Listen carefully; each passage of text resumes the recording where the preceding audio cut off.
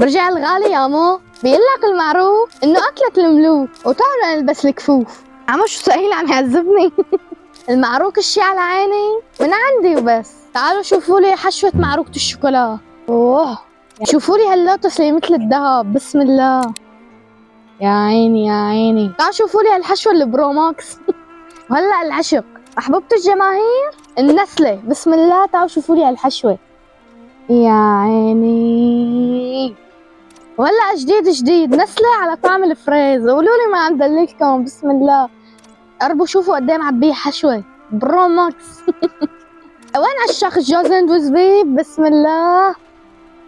شايفينه؟ اذا مو مبين على الكاميرا هات كلياته جوز هند داود.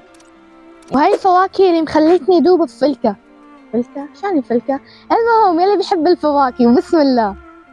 يا عيني. والعشاق السحور ساويت لكم معروكة جبنة بالنوزاريلا، بالجبنة النوزاريلا، بسم الله.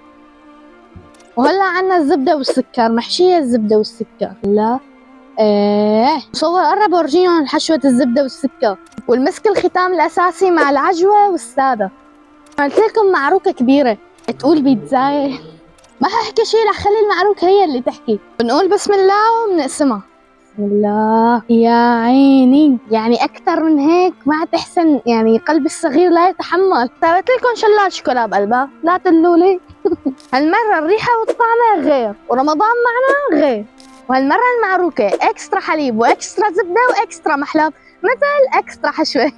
عم دللكم ها. ورح كون معكم من أول يوم رمضان لآخر يوم رمضان، من الساعة 1 لأذان المغرب بإذن الله. وموقعي رح يكون مهاجرين سكة قدام بنك سورة والمهجر، تمام؟ وأنا بانتظاركم، مع السلامة.